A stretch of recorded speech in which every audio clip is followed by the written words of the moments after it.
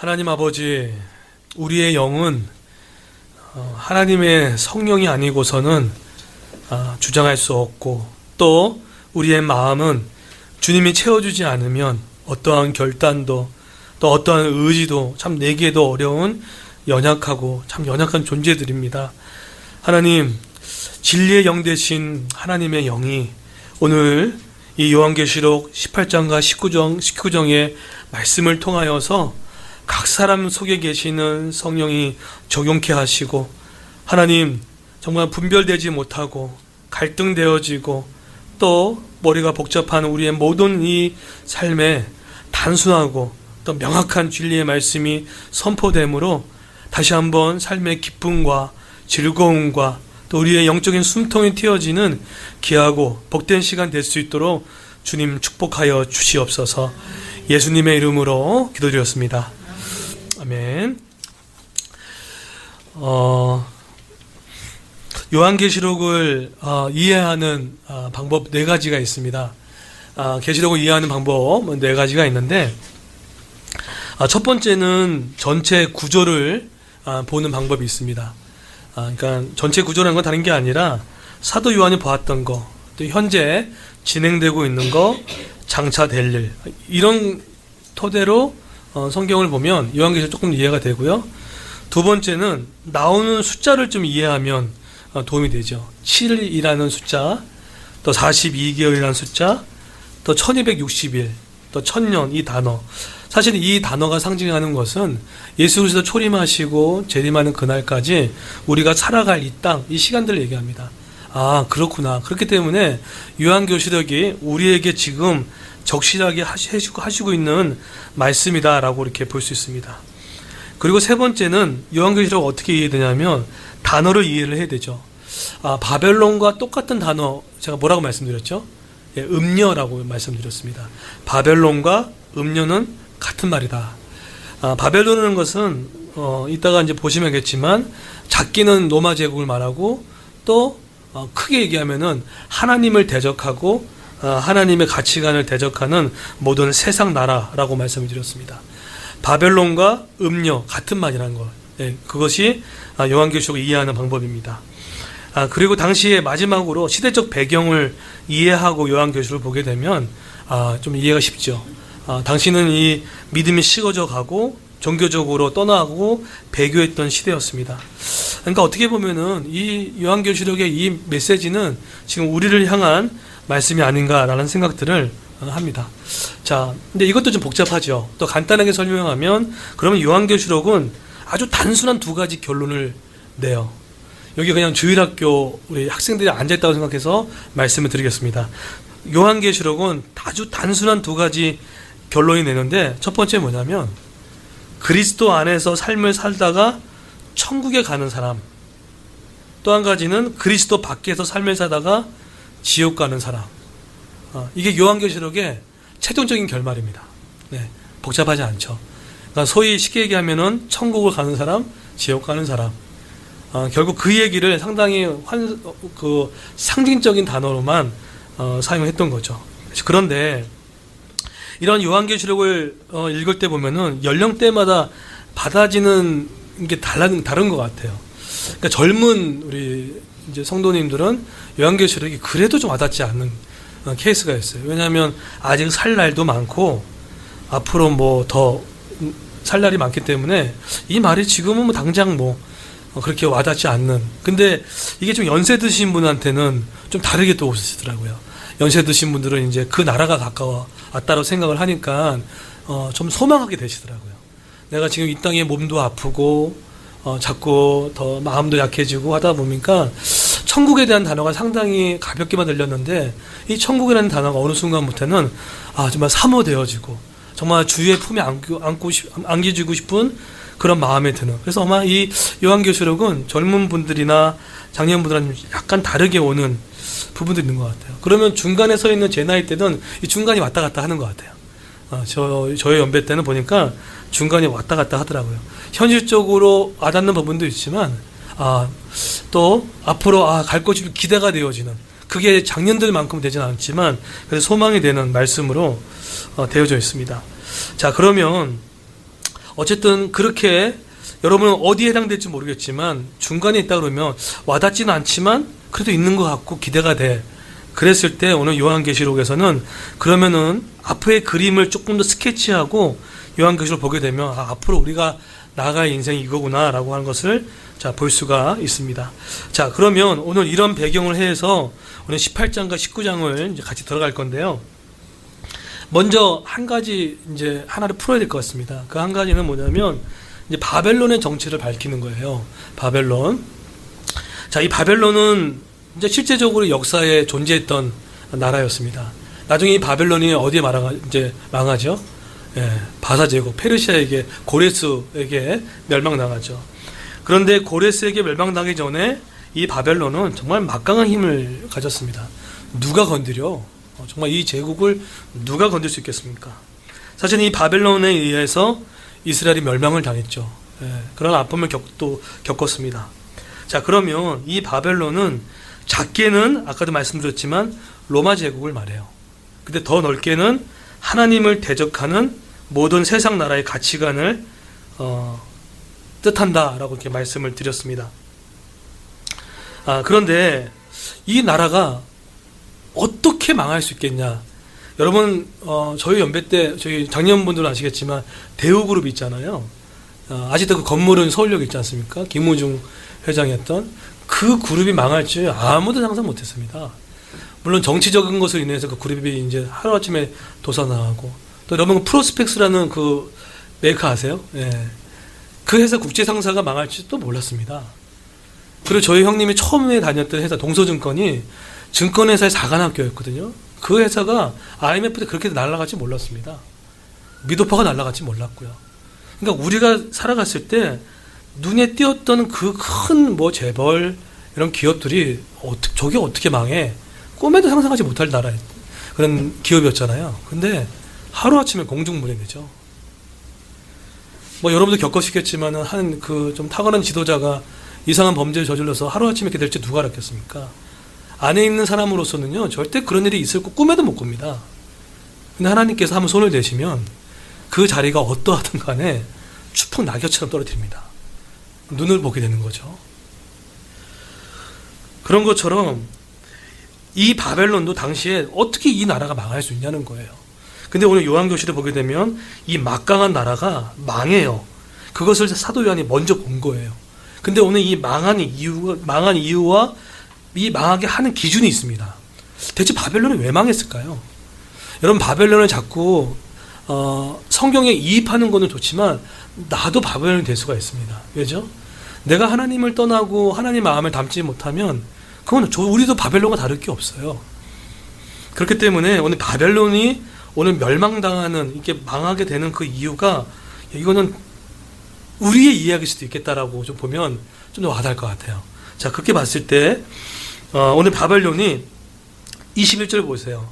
사도 요한이 환상을 봅니다. 근데 실제로 정말로 고레스 제국을 통해 망했던 것도 보게 되지만 21절에 보세요. 21절 보시게 되면 한번 읽겠습니다. 시작.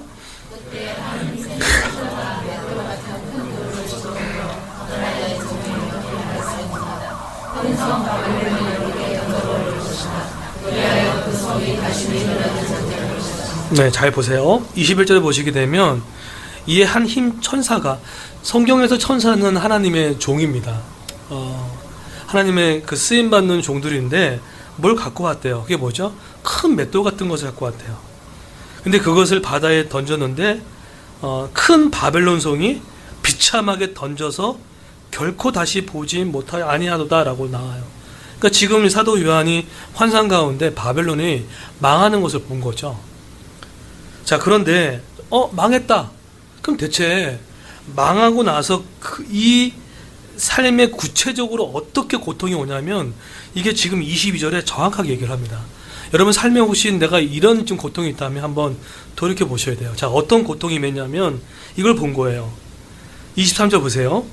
23절 보시게 되면 22절에 보시게 되면 검은 것 하는 자와 풍류하는 자가 통소 부는 자와 나팔 부는 자들 소리가 결코 뭐라 그러죠?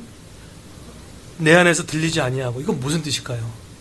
이 뜻이 뭐냐면 지금 음악 소리가 들리지 않는다는 것은요, 삶의 즐거움이 사라졌다는 뜻입니다.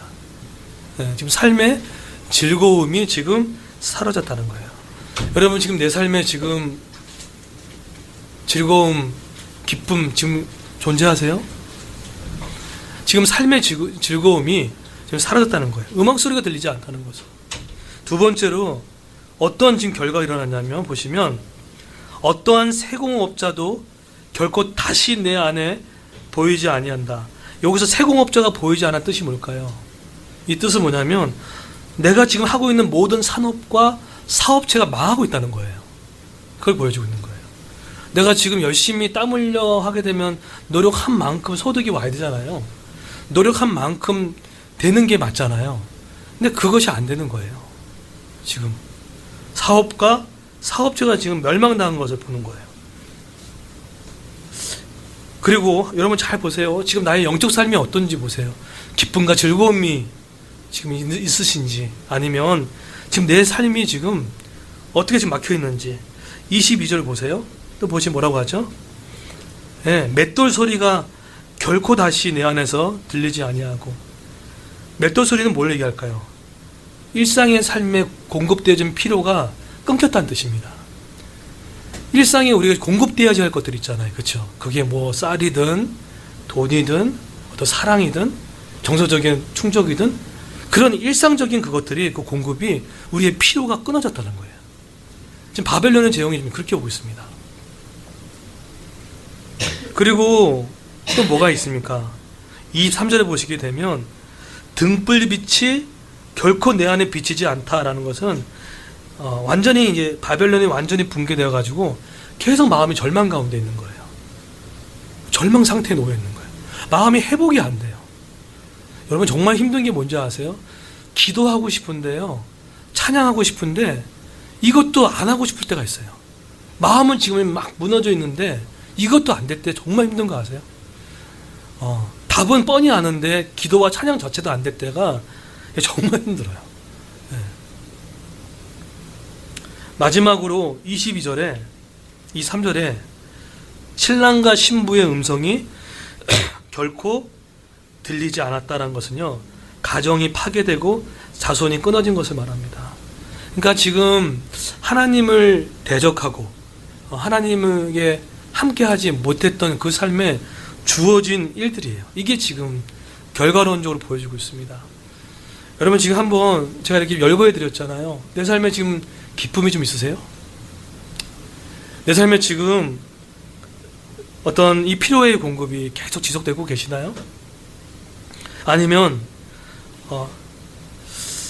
그럼 이 부분들 가운데 바벨론이 무너지는 것처럼 지금 내 마음도 어쩌면 22절부터 22절까지 겪고 있는 분들도 계십니다.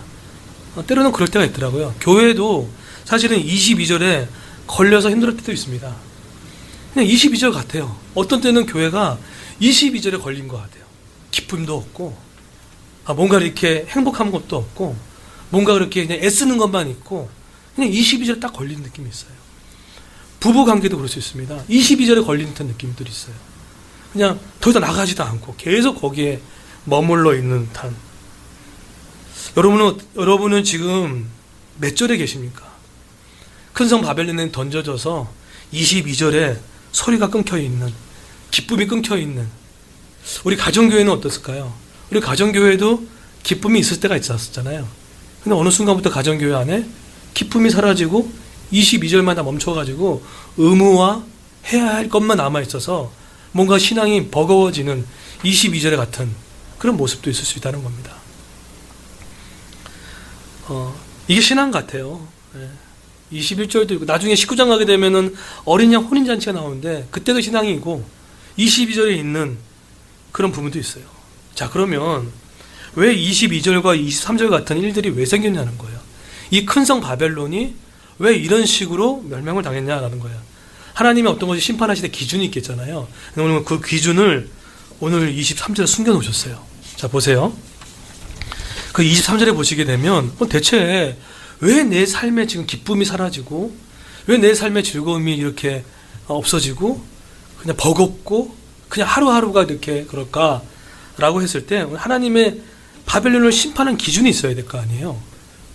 단순히 예수님이 안 믿었기 때문에 그렇게 하게 되면 너무 좀 그렇고, 오늘 23절 보십시오. 세 가지가 정확하게 바벨론의 잘못이라고 드러냅니다. 그 첫 번째가 뭡니까? 23절 보시게 되면 너의 성인들은 뭐라고 하죠? 땅의 왕족들이라고 합니다.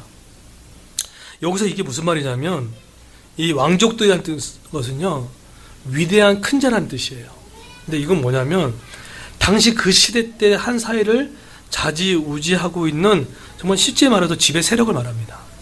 근데 이들의 평상시 일상이 뭔지 아세요? 평상시의 일상이 뭐냐면 오로지 부귀를 채워나는 것과 사치와 음란과 그 모든 것에서 물질적인 기쁨만을 추구했던 당시 시대상을 이렇게 고발하고 있죠. 여러분, 로마가 왜 망한지 아십니까? 천년의 유구한 역사가 로마가 망한 큰 이유는 누구에게 멸망당했습니까? 게르만 민족이에요. 야만한테 멸망당했잖아요. 근데 그 당시 때 가정이 많이 붕괴됐죠. 예, 정말로 막 음란이 반치고 부귀, 물질만 있으면 돼, 돈만 있으면 돼, 뭐 그런 건 필요 없어. 그런 게 만연했던 시대가 그 시대였습니다. 이 이야기는 요한계시록 23장에 그러면 땅의 왕족들이라고 표현한 건 뭐냐면 하나님 없이 스스로 영광을 취한 것을 말하는 거예요. 하나님 없이 영광을 취한 것, 그것이 바로 바벨론이 이렇게 크게 지금 징계받고 있는 가장 첫 번째 이유라는 겁니다. 하나님을 없이 스스로 영광스러운 것. 우리 이런 거 많이 유혹받지 않나요? 그냥 하나님 없이도 좀 잘 살고 싶고 하나님 없이도 좀 편안하고 싶은데 근데 잘 안 되잖아요. 그런 유혹도 많이 있잖아요. 두 번째로 하나님의 심판 기준이 바벨론은 왜 이렇게 우리의 마음에 즐거움을 사라졌다고 말했냐면, 첫 번째는 하나님 없는 즐거움을 자꾸 찾는 거죠. 두 번째는 뭐냐면 23절 보세요. 내 복술로 말미암아 뭐였다고 그러죠? 만국을 미혹했다는 거예요. 그러니까 여기서 복술이라는 것은 마술이라고 할 수 있는데, 사실 그런 의미보다 당시 어땠습니까? 도미티안 황제 같은 경우는 신도 아니었잖아요. 당시 신도 아니었고 그 어떠한 없었는데 이 흩어진 여론의 민심을 잡기 위해서 황제 숭배를 막 주장했죠. 강요하고 말 안 되니까 너 안 들어? 너 밖으로 빼서? 라고 하면서 길드에 가입하지 않으면은 일도 못하게 만드는 그 일들이 만들게 했었던 거. 사실 그것을 지금 내 복술로 미혹함이라고 얘기합니다. 어떤 일이 일어났죠? 착취하고 있는 거예요.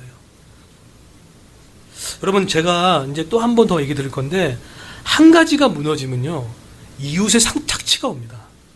이게 여지 없어요. 자, 보세요. 세 번째 보세요. 왜 하나님이 그럼 누구를 심판하냐는 거예요. 이 땅의 바벨론을 왜 심판하냐 했을 때 3절에 보시면 뭐라고 하죠? 24절 보시게 되면 한번 읽겠습니다. 우리 개역개정으로 읽겠습니다. 시작.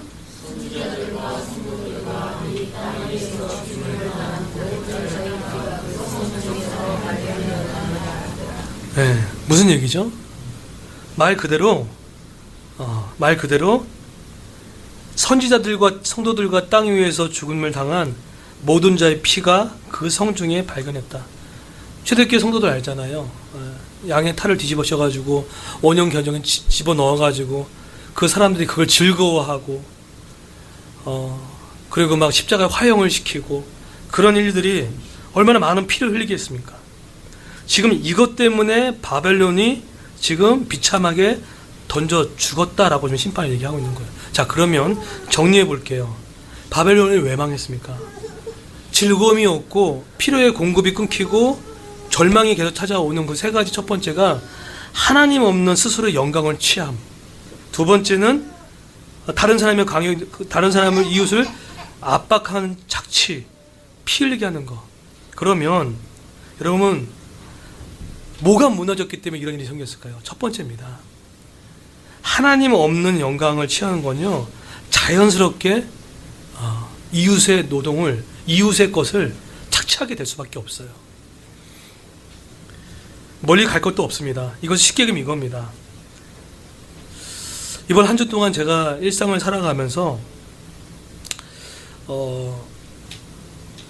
계속 비슷하게 주신 마음들이 좀 있었던 것 같아요. 뭐냐면 제가 참 그런 오해를 자꾸 받아요. 그러니까 오해를 받는 게 아니라 그러한 자꾸 착각하고 오해를 하는데, 어떤 오해냐 하면 항상 제가 목사라는 생각을 자꾸 하니까 목사는 예배에서 꼭 면제된 느낌 같은 삶을 살아가요. 그러니까 이 목사는 뭔가 성경을 조금 덜 읽어도 하나님의 강권적인 능력으로 모든 것을 다 해결해 줄 것 같은 그런 오해를 가끔 해요. 저는 저의 삶에 내가 그러니까 목사니까, 그런데 어느 순간부터 많은 일들이 어느 순간부터 기쁨보다 뭔가 이렇게 버거워지고 뭔가 큰 상자 덩어리가 계속 컨베이어 벨트처럼 하나씩 오는 느낌인 거예요. 근데 여기에 어떤 의미와 가치를 부여하지 못할 때가 있더라고요. 근데 가만히 생각해 보는데, 제가 금요 기도회 할 때, 교사 모임과 금요 기도할 때 이 원인을 알았어요. 왜 알았냐면요, 목사지만 때로는 교사 모임 전에 정말 이 마음이 준비가 안 돼서 잘할 수 있을까라고 해가지고 머뭇거리고 싶은 마음도 있어요. 심지어 금요 기도할 때도, 우리 기도하면 좋은 거잖아요. 금요 기도 갈 때도 마음이 머뭇거릴 때가 있어요. 여러분 혹시 여기 앉아있는 주일 예배 그런 분도 안 계셨나요? 알고 있지만 올 때 오늘은 정말 이렇게 프리하게 있고 싶다. 그런데 교사 모임을 별로 하는 거 별로 없어요. 그냥 같이 찬송하고 같이 말씀 나누고 책 나누고, 근데 끝나고 나가면 사람이 달라진 것도 아닌데 마음이 가벼워요. 마음이 가볍고 이상하게 그냥 모든 상황들이 그럴 수도 있겠다라는 생각들이 들어요. 되게 마음이 가볍게 해서 제가 이렇게 돌아가요. 이번 주 금요 기도회 할 때도 마찬가지였어요. 금요 기도할 때 뭔가 이 기도가 막혀있다는 느낌이 있었다가 이렇게 이제 주영지기님이 기도회 이제 인도하는 가운데 찬송을 좀 많이 했거든요. 1시간 동안 찬송하고 기도했습니다. 근데 그거 끝나고 나니까 복잡했던 마음들이, 생각과 마음들이 이렇게 정리되는 기분인 것 같아요. 그래서 제가 이제 끝나고 이렇게 차 타고 오는데 어떤 마음이 들었냐면, 내 안에 예배가 무너졌구나. 내 안에 예배가 무너졌다는 생각이 들었어요. 우리 성도님 한 분 한 분한테는 주일 예배에 대해서 힘써야 됩니다. 예배를 지켜야 됩니다. 그런데 하나님 앞에 단독으로 쓰는, 제가 입술을 벌려 찬양하는 단독 1:1 예배가 하나님 앞에 사라져버린 거예요. 그러니까 저는 교사 모임 했기 때문에 예배 드린 걸로 생각하잖아요. 때로는 제가 금요 기도 예배를 인도했기 때문에 예배 드렸다고 생각하잖아요. 근데 하나님 앞에 스스로 하나님 앞에 나가는 그런 예배가 없는 거예요. 결국 그 예배가 없는데 다른 것을 통해서 막 만족을 얻으려고 하는, 만족보다 다른 거 아니라 예배가 없는 상태에서 사람도 만나고, 예배가 없는 상태에서 도움을 주고, 예배가 없는 상태에서 자꾸 뭔가 하려고 하니까 이게 계속해서 고거하더라고요. 그래서 하나님께서 이거 정말 조심해야겠구나. 지기님이 때문에 다른 영역을 더 주어지는 것도 아니고요. 찬양이 인도를 했다고 해가지고 어떤 영역이 주어지는 게 아니라, 내 안에 스스로 하나님과의 만나는 그 예배가 없으면, 찬송하고 하는 기도 그 예배가 없으면 모든 것이 의미가 없구나, 모든 것이 무겁구나, 그런 생각을 가져요. 네. 예배하는 존재구나. 결국 이거 없으면, 결국 예배가 없다는 건 뭡니까? 하나님 없이 스스로 살아가게 되는 거잖아요. 예배가 없다는 게 뭡니까? 하나님 없이 스스로 살아가겠다는 거예요. 결국은 바벨론에 멸망했던 거 다를 게 없어요. 아까 바벨론에 멸망했던 그 결과치 보십시오. 기쁨이 없어졌죠. 즐거움이 사라졌죠. 필요가 끊겼죠. 마음에 절망이 오죠. 오랜 모태신앙이, 제자훈련이 끝났다고 해서, 양육과 훈련을 했다고 해서, 어떤 수업도 많은 책을 봤다고 해서 그것이 예배가 아닙니다. 실제로 정말로 내가 뭐가 해서가 예배가 아니라, 정말 하나님 앞에서 내가 정말 1:1로 주님을 만나고 찬양하고 이 기도에, 그 예배가 내 심령에 재단이 안 쌓여져 있으면 어느 순간에 세상의 무게감이 나의 재단을 무너뜨릴 수밖에 없다는 거죠. 하나님 없는 스스로의 영광, 예배 없는 삶과 너무나 동일하지 않나라는 생각들을 갖게 됩니다. 그래서 어제 이것을 우리 아내랑 얘기를 나누었어요. 여보, 여러 가지 뭐가 힘들고 뭐가 어려워라고 얘기를 했지만 결국 묻다 보니까 누구 잘못도 없어요. 제 안에 예배가 무너진 것 뿐이에요. 그래서 얘기했어요. 같이 예배했으면 좋겠습니다. 그래서 같이 새벽에 나와서 같이 예배했으면 좋겠습니다. 같이 나눴으면 좋겠습니다. 여러분, 혹시나 우리 삶에 지금 22절 바벨론이 멸망당해서 왔던 기쁨이 사라지고 음악 소리가 끊기고 마음에 절망이 있고 있는 분도 있다면 혹시 하나님과 1대1로 만나는 그 예배가 있는지를 다시 한번 봤으면 좋겠어요. 예. 드린 것으로 만족할 게 아니라 내 안에 진정으로 하나님 앞에 그분을 사모하여서 예배하는 그 마음, 그것이 없으면요 계속 삶으로 다가오는 인생의 이 무게상자가 우리를 질식하게 만듭니다.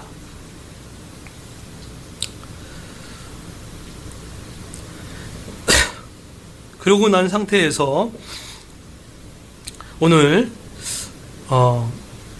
하나님이 이제 반전의 역사를 이제 쓰게 합니다. 그러면 그러면은 하나님이 그럼 대체 이 그림이 이걸로 끝나는 건가라고 했을 때 그게 아니라 2절을 보십시오. 하나님이 새로운 것을 세우실 때 어떠한 것을 먼저 하고 새로운 초대를 하는지를 보십시오.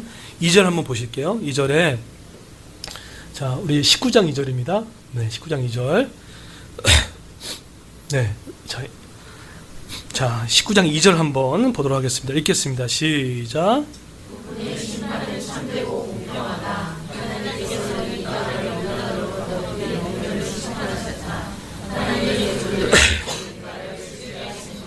네, 아주 유명한 19장은 어린 양 혼인잔치에 대한 비유가 이제 등장합니다. 그 어린 양의 혼인잔치 정말 유명한 장인데, 근데 2장 19장 2절에 들었을 때 하나님께서 어린 양 혼인잔치를 먼저 끌어오기 전에 한 가지 분명히 해결하고 합니다. 마치 이런 거죠. 어떤 문제를 매듭을 풀어야지 그 다음에 삶이 열리는 것처럼 이 매듭을 정확히 푸십니다. 뭐라고 하죠? 그의 심판은 참되고 의로우신지라 음행으로 땅을 더럽게 한 큰 음녀. 음행이 뭘까요? 구약에서 하나님께 대한 배교를 말하죠. 그런데 여기 뭐랍니까? 음행으로 땅을 더럽게 한 큰 음녀는 하나님 어떻게 하신다고요? 심판하시겠다는 거예요. 심판하시고 자기 종들, 하나님의 이름 때문에 힘들어하고 하나님의 이름 때문에 고통받은 자들의 때문에 핍박받았던 그 모습을, 그 피의 손을 하나님 묻겠다는 거예요. 여러분, 이것에 대해서 우리 좀 자신감은 조금 있을 필요성이 있어요. 자꾸 우리가 하나님 믿는 사람이기 때문에 지금 교회를 욕하는 일들이 많잖아요. 물론 받아들일 건 받아들일 게 있습니다. 그런데 그게 아니고서 다른 거라면 하나님께서 반드시 그 입술과 그것들을 반드시 하나님께서 심판하시고 정의롭게 하신다는 생각에 대한 자신감은 가질 필요성은 있어요. 자, 그런데 그 음녀의 손에서 갚으셨다라고 이렇게 얘기합니다. 철저하게 하나님께서 그것을 해결해 나시고 가십니다. 여러분, 하나님이 성도의 인생을, 새로운 인생을 알려줄 때 어떤 방법을 쓰실 것 같으세요? 이사야의 방법을 사용합니다. 예레미야의 방법을 사용하세요. 제가 말씀드린 구약의 이사야와 예레미야의 방법은 다른 게 아닙니다. 하나님은 첫 번째, 우리를 새로운 삶으로 인도하실 때는 철저히 부수는 작업부터 시작하십니다. 어떠한 형태든지 그걸 아주 철저하게 부숴주는 이 시간을 겪게 하죠. 그래서 오직 한 분 되신 그분만을 이 머리가 아니라 마음속 깊이 깨달아질 때까지 부수고 나서 그 다음부터 새롭게 하나님의 일들을 감당하시죠. 오늘 그 구조로 되어 있어요. 그랬더니 신약 성경에 나타나지 않고 있는 할렐루야라는 단어, 아까 우리 찬양 불렀죠. 이게 무려 4번이나 등장합니다. 3절부터 8절까지 거의 끝장까지 4번이나 할렐루야를 외쳐요. 선포하는 거죠. 자, 이제 반전입니다. 반전인데 그렇게 깨끗하게 어떻게 보면은 심판하는 과정에 우리 교회도 겪고 있는지 몰라요. 어쩌면 우리 가정교회도, 아니 여기 있는 성도님도 깨끗하게 새롭게 하시기 위해서 그 과정을 겪고 있는지 모릅니다. 있을 수 있습니다. 어떤 사람은 나온 사람이 있고요, 나온 교회가 있고, 아니면 그 머무는 사람이 있고, 머무는 교회도 있을 수 있습니다. 그런데 우리가 기대할 것은 뭐죠? 4절 보십시오. 분위기가 바뀌어서 4절에 한번 읽어볼까요? 읽겠습니다. 시작.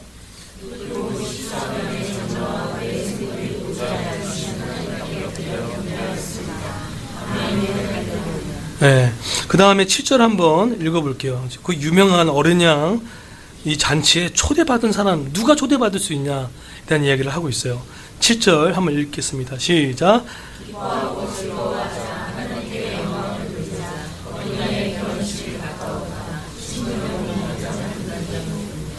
네, 자 보세요. 7절에 보시게 되면 할렐루야, 주 우리 하나님 곧 전능하신 이가 통치하셨다라고 이렇게 얘기를 합니다. 그리고 혼인 기약이 가까웠다고 이렇게 표현을 하잖아요. 그런데 거기에 8절에 보시면 한번 읽어보겠습니다. 옷을 입게 되죠. 읽겠습니다. 시작.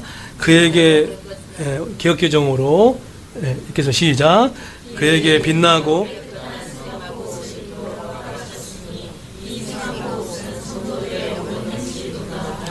사도 요한이 환상을 봤는데 하나님의 그 큰 하나님의 음성이 들려지고 하나님을 찬양하는 경배 소리가 들려 있는데 거기에 초대받은 사람이 있다는 거예요. 근데 뭘 허락해 받았다고요? 깨끗한 세마포 옷을 입도록 허락받았다는 거예요. 자, 그러면 여기서 깨끗하게 옷을 입히신 그 기준이 뭐였나라고 봤을 때 뭐라고 하죠? 이 세마포 옷은 뭐라고 얘기합니까? 성도들의 옳은 행실이다라고 해요. 자, 그러면 여쭤볼게요. 여기서 이 옳은 행실이 뭘까요? 대체 옳은 행실이 뭘까요? 여기서 말하는 옳은 행실은 단수형이 아닙니다. 이건 복수형이에요. 근데 이것이 복수형으로 쓰여진 중요한 이유가 있습니다.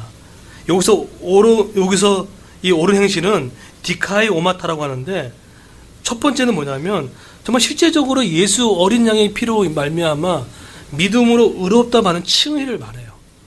근데 왜 복수라고 얘기했을까요? 근데 그 온전한 칭의를 받은 자들이 믿는 자들의 옳은 행동이 나았다는 거예요. 그것을 지금 복수로 사용했다는 거예요. 이 얘기는 뭘까요? 누가 그 세마포 옷을 입을 수 있을까요? 이거 이 뜻입니다. 한 주경학자는 이렇게 얘기합니다. 즉 그리스도의 구속 사역을 받아들이고 믿는 자들의 반응으로 수많은 박해와 어려움 속에서도 그리스도에 대한 인내와 충성과 신실함으로 즉 어린 양에 대한 믿음을 배반하지 않고 유지했던 사람들을 말합니다. 정말로 믿음으로 말미암아 구원받은 삶이 사여지면 옳은 행실이 때로 나올 때도 있고 안 날 때도 있지만 나오는 것이 지극히 당연함들 얘기해요. 옳은 행실 정확하게 얘기를 하고 있습니다. 어제 금요일이죠. 금요기도회 끝나고 저희 이제 장모님이 치순이래 가지고 아주 조촐하게 집에서 치순 잔치를 했습니다. 이제 어저께 이제 식사를 하는 가운데 저희 장모님의 여동생이 있어요. 여동생 있는 이분이 사별을 했어요. 아주 오래 전에. 근데 아들은 참 잘 컸어요. 우리는 우리나라의 뭐 최고의 대학을 갈 정도로 그 어려운 환경 가운데도 아들이 잘 컸습니다. 잘 커서 기쁨이 되고 보람이 되는데 근데 이제 술을 많이 먹기 시작했어요. 그래서 알코올 중독까지 갈 정도로 되게 어려웠는데 저희 장모님이 이 동생이잖아요. 정말로 교회에 오게끔 하려고 거의 되게 엄청 노력을 했어요. 그런데 데려다 나오면은 도망치고 데려다 놓으면은 또 다른 데로 가고 이게 수없이 반복되는. 이게 벌써 제가 결혼한 지 지금 한 14년, 15년 됐잖아요. 제가 그때부터 들었거든요. 그런데 제가 이제 식사하는 과정 가운데 그냥 뭐 어떤 의도된 게 아니라 요즘에 이모님은 좀 어떠세요? 라고 했더니 그 이모님이 지금 그 공동체 서기를 맡았대요. 이렇게 목장에. 서기도 이렇게 맡으시고 예배도 잘 나오시고 지금 건강하게 신앙생활을 하고 있다는 거예요. 그래서 제가 사실은 뭐 이것도 기뻐서 야 정말 한 영혼이 거의 15년, 18년 만에 돌아오는구나. 네, 정말 오래 걸렸구나. 그래서 그 끈기에 진짜 감탄도 했고. 근데 제가 이제 마지막으로 좀 감동했던 건 뭐냐면, 칠순이면 우리 어르신들, 우리 자식들이 돈을 모아서 어떻게 합니까? 여행도 좀 보내드리고, 그러잖아요. 용돈 좀 드리고. 근데 그것은 집에서 했어요.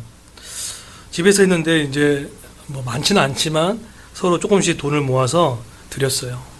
드렸더니, 저희 장모님이 그러시는 거예요. 뭐라고 얘기하냐면, 자기가, 솔직히 말해서 칠순잔치 때, 어떻게 하면 의미 있게 의미 있게 보낼 수 있나라는 생각을 했대요. 그래서, 고민하다가, 대부분 많은 사람들이 칠순이 되면은 여행을 가잖아요. 그죠? 여행을 가시는 분들만 계시고, 또 아니면 이제 교회에 떡을 돌려서 이렇게 감사하다는 것도 하고, 뭐 나쁜 게 아니니까요. 근데 장모님 그러시더라고요. 어차피 먹고 놀러 가는 거는, 다 없어지는 건데, 좀 의미 있는 일을 해야겠다라고 생각한 거예요. 그랬더니 저희 자식들한테 그렇게 하더라고요. 우리 자녀들이 준 이 돈을 갖고, 아프리카 우물 파는 거에 할 거라고. 봤더니 장인어른은 지금 CTS 우물 파기가 있었나 봐요. 거기에 이제 350만 원 정도의 작정을 해가지고 우물 하나 파셨나 봐요, 지금. 거기에 조금 이제 하나 더 파신다고 하시고, 저희 장모님도 지금 캄보디아가 물은 있는데, 뭐죠? 그, 물이 먹기는 되게 어려운 건가 봐요. 그래서 그 돈을, 거기에 우물 파는데, 쓰겠다고 하더라고요. 근데 제가, 감동이 됐어요. 왜냐하면, 돈이라는 게, 성도의 옳은 행실이라는 게, 꼭 이걸 해서 옳은 행실이 아니라, 장모님의 신앙을 제가 알잖아요. 이 두 분이요, 새벽에, 물론 잠이 없으신 것도 있지만, 새벽에 5시에 일어나서 2시간, 두 분이 서로 뭐 은퇴도 하셨겠다. 정말 찬송하고 예배하는 삶을 사세요. 지금도 요양보험사를 신청하셔가지고, 지금도 전도하세요. 그리고 치매를 방지하기 위해서 막 움직이려고 하시기도 하고. 근데 장모님을 떠나서 참 멋있다라는 생각이 들었어요. 돈을 이렇게 쓰는 거구나. 신앙이라는 게 이렇게 쓰는 거구나. 그냥 그게 좀 뭔가 그랬더니 저희 아내 오빠가 있거든요. 오빠가 신앙이 그렇게 크게 좋지는 않아요. 안 다니는 건 아니지만. 그런데 정말 가슴에 나온 얘기 하더라고요. 뭐라고 얘기하냐면, 어머니 아버지, 정말 우리 어머니 아버지가 너무 존경스럽다고. 저는 그것을 보면서 그게 하게 됐던 큰 힘이 원동력이 뭐였을까? 전 두 사람의 예배라고 생각이 들어요. 두 사람이 함께 예배하고 개인의 하나님에 대한 마음이 너무나 순수한 그 예배가 결국 이런 마음들을 만들어내지 않았을까? 그게 어떻게 예배 없이 흘러가게 할 수 있겠습니까? 그거 억지로 못합니다. 억지로 못해요. 한번 주변에 보세요. 남을 섬기고 남을 돕고 물질을 나누고 하는 분들 보세요. 이게 보시게 되면 그 안에 하나님과의 예배가 물론 없을 때도 있지만 충만한 사람들이 그걸 하더라고요. 해내는 의지도 아니에요. 해야 되어지더라고요. 그래서 저는 이 모습, 이 다카의 오마타, 이게 복수용으로 쓰여진 이 옳은 행실이 믿음으로 의롭다함 받은 우리의 삶에 정말 믿음의 옳은 행실로서까지도 있는가에 대한 생각들을 다시 한번 하게 됐습니다. 지난주 우리 직위 모임을 할 때 우리 직위들 얼마나 고생하는 거 아시죠? 다른 분도 마찬가지겠지만 근데 이제 그런 얘기를 하다가 뭘 하나 내려놓아야 할 사항이 됐어요. 그래서 그 내려놓을 그 사항 가운데 제가 하겠다고 했어요. 그랬더니 주인들이 하지 말래요.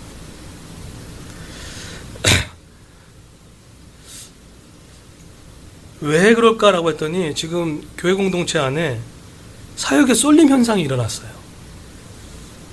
사역의 쏠림 현상이 뭐냐면 몇 사람한테 집중되어 가는 것 같아요. 집중되어져 가는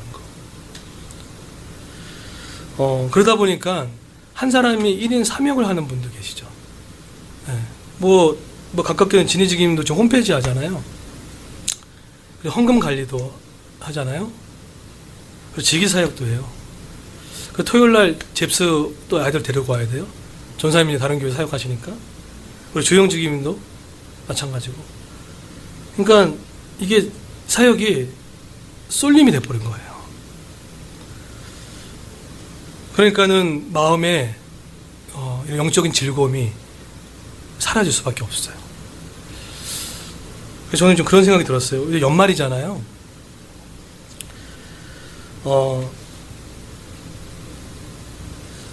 제일 첫 번째로 하나님 없는 스스로의 영광, 즉 예배로 내 자신이 먼저 회복됐으면 좋겠어요. 그리고 그 마음이 있다 그러면요, 그 마음이 계시다 그러면은 지금 편중되어 있는 사역의 쏠림 현상에 있는 모습을 보고 그 모습 가운데 마음이 있다 그러면요, 거기를 올해 1년 한 해는 거기를 한번 섬겨 주십시오. 크든 작든 간에. 그것이 디카의 오마타예요. 디카의 오마타예요. 제가 지기 모임할 때 우리 직원한테 혼났어요. 왜 목사님 헌금 설교 안 하냐고.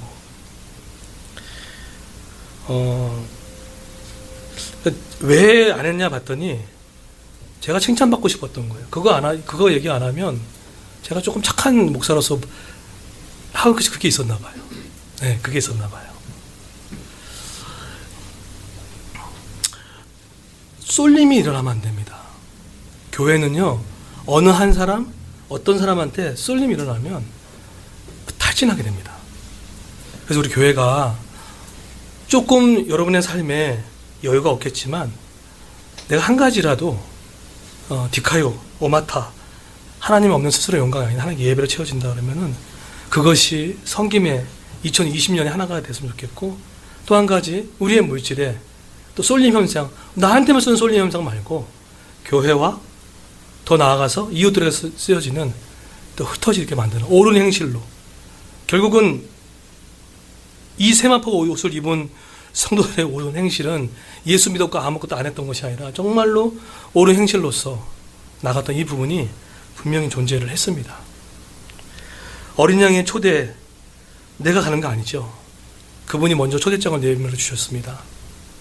그 초대장에는 인봉된 그것은 색깔은 피었을 거예요. 그분의 희생으로 초대받았습니다. 그런 하나님께서 초대받은 그 사람은 디카이, 오마타, 옳은 행실이 그 안에 있었습니다. 나부터 먼저 하나님 없는 스스로 영광, 예배 없는 모습이 있으면 이웃에 착취가 들어갑니다. 섬김 받는 착취가 일어납니다. 돌아보지 않는 착취가 일어납니다. 예배로 세우시고 그 마음이 되어졌을 때 옳은 행실로 어린 양의 초대를 받아 기뻐 할렐루야 외치며 나가는 저 여러분 되기를 예수님으로 축원드리겠습니다. 네, 이제 다 같이 일어나셔서 우리 마지막 찬양 우리 함께 하시고 우리 마치겠습니다.